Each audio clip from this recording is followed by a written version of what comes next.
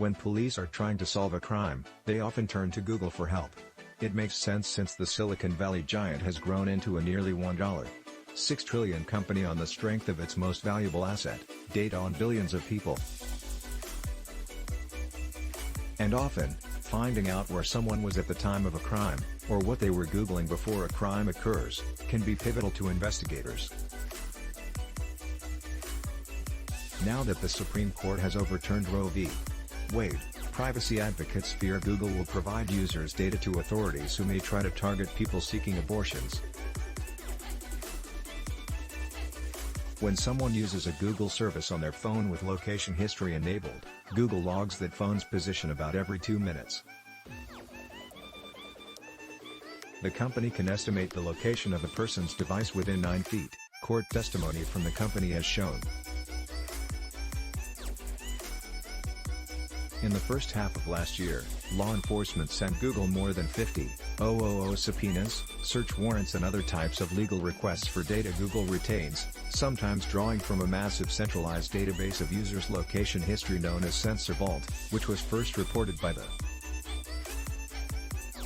As authorities investigating crimes have become more tech-savvy, they have turned to two particularly controversial types of data requests, geofence warrants and keyword warrants.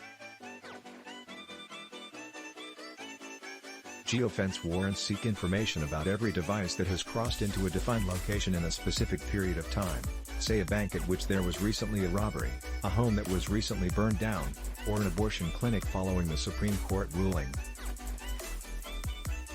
Keyword warrants request information on everyone who has Googled specific search terms, a kind of digital dragnet that has long alarmed privacy advocates, and now abortion rights advocates as well. It is so chilling. It is so broad. It is so contrary to our civil rights. And yet, because Google has so much of our data, it's just a ticking time bomb for pregnant people, Cahn said of keyword searches. While it remains unclear whether state authorities will try to prosecute abortion seekers, and will use digital evidence as part of those potential cases, legal experts say the prospect should be taken seriously. Privacy experts like Cahn consider the keyword search warrants, being able to comb through everyone who Googled a certain term, a type of phishing expedition that violates user privacy.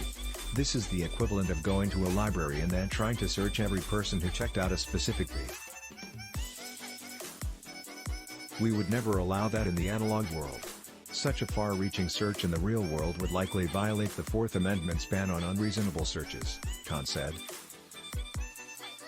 But courts are still catching up to the technology. There are very few cases in the U.S.